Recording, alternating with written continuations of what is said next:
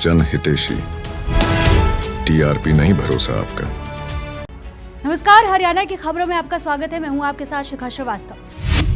गेहूं की बिजाई चल रही है और इस बार किसानों और वैज्ञानिकों के जरिए गेहूं की पैदावार ज्यादा होने की संभावना है, क्योंकि मौसम अच्छा है और लक्ष्य रखा गया है कि 115 मिलियन टन का इस बार DWR 187, DWR 303, DWR 222, 327 किसानों के बीच काफी प्रचलित है। किसानों ने अपने खेतों में ये गेहूं की किस्में लगाई हैं। उन्होंने कहा इस बार का जो लक्ष्य है वो 115 मिलियन टन पूरे भारत का है। पिछली बार जो लक्ष्य था उसे किसानों ने पूरा कर लिया था। पिछली बार 113.29 मिलियन टन गेहूं की पैदावार हुई थी। कुछ बता पाएँ? जो सबसे ज़्यादा सीड इंडेंट में वैरायटी आई है हमारे पास, हमारे यहाँ की, वो है DBW 187, उसके बाद है DBW 303, फिर DBW 222, और एक वैरायटी जो बहुत उभर के सामने आ रही है, ज़्यादातर किसानों ने इस बार यहाँ पे इंडेंट किया है, वो है DBW 327। तो इसके अलावा 370, 71, 72 ये भी वैराइटीज़ काफ़ी किसानों के बीच में तो पहुँच इसका रही हैं। क्या फ़ायदा होगा? कितनी उपज हो सकती है 1 एकड़ में? कुछ आइडिया या किस तरीके लक्ष्य से? वगैरह क्या कुछ ऐसा? लक्ष्य इस बार का 115 मिलियन टन का है, और इस बार जो फाइनल एस्टिमेट्स आए थे, चौथा एस्टिमेट, वो था 113.29 मिलियन टन का।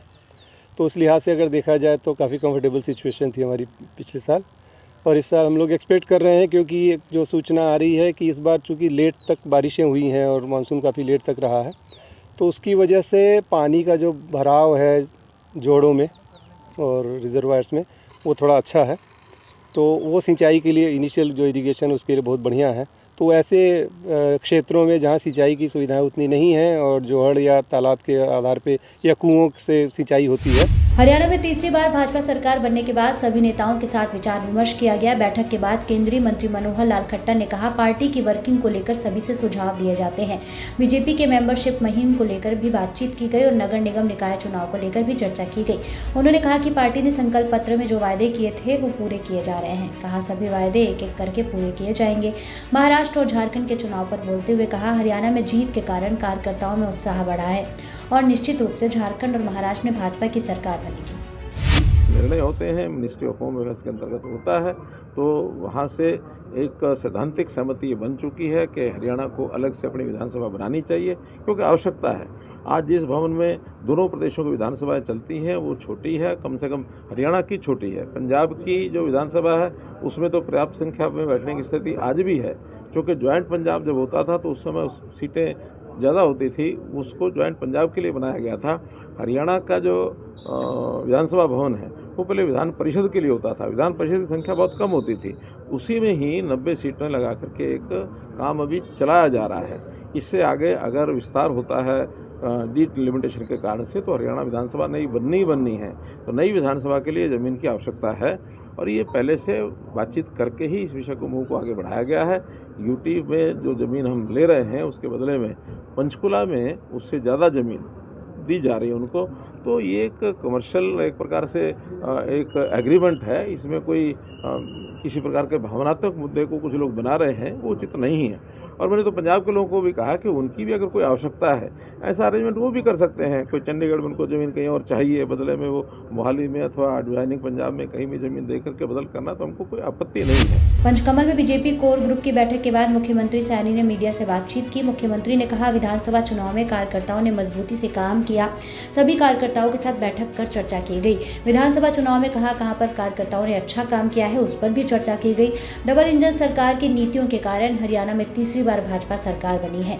आज कोर कमेटी के सदस्यों के साथ बातचीत की गई और सदस्यता अभियान को लेकर बातचीत की गई। इस बार बहुत बड़े मैंडेट के साथ आदरणीय नरेंद्र मोदी जी के नेतृत्व के अंदर एनडीए सरकार बन रही है, डबल इंजन की सरकार बन रही है, झारखंड में बन रही है। क्योंकि मैं जीरो ग्राउंड के ऊपर रहा हूँ, लोगों का एक बड़ा जोश, जो उत्साह, आम पब्लिक क्योंकि मोदी जी की नीतियों से बड़ा प्रभावित है, और वहाँ पर जो 2.5 सालों के अंदर हमारी सरकार ने काम किए हैं वो ऐतिहासिक काम है। उसकी चर्चा आम व्यक्ति कर रहा है कि कांग्रेस तो खाली वहाँ पर इन्होंने नाम तो दे दिया उसका अपना महाविकास अघाड़ी, पर वो महाविनाश अघाड़ी है। ये कांग्रेस ने एक नाम दिया अपना महाविकास अघाड़ी।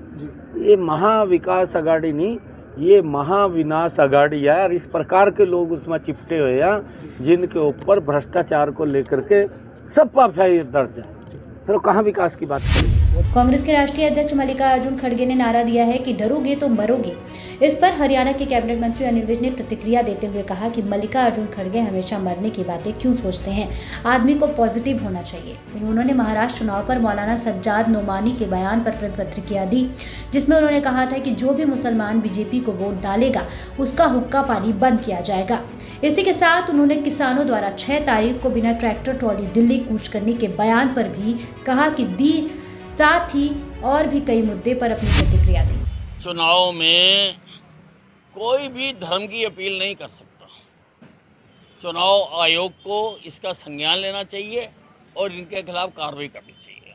अब देखिए, इसको सुप्रीम कोर्ट की कमेटी इनके साथ बातचीत कर रही है।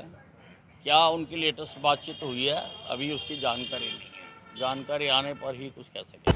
हरियाणा के खबरों में फिलहाल के लिए इतना ही। तब तक के लिए मुझे दीजिए इजाजत और आप देखते रहिए जनहितैषी। ये वीडियो अगर आपको पसंद आई हो तो वीडियो को लाइक और शेयर जरूर करें। हमारे चैनल को सब्सक्राइब और फॉलो करना ना भूलें। आप देखते रहिए जनहितैषी नेशनल, ताकि देश और दुनिया की हर खबर से रह सके बाखबर।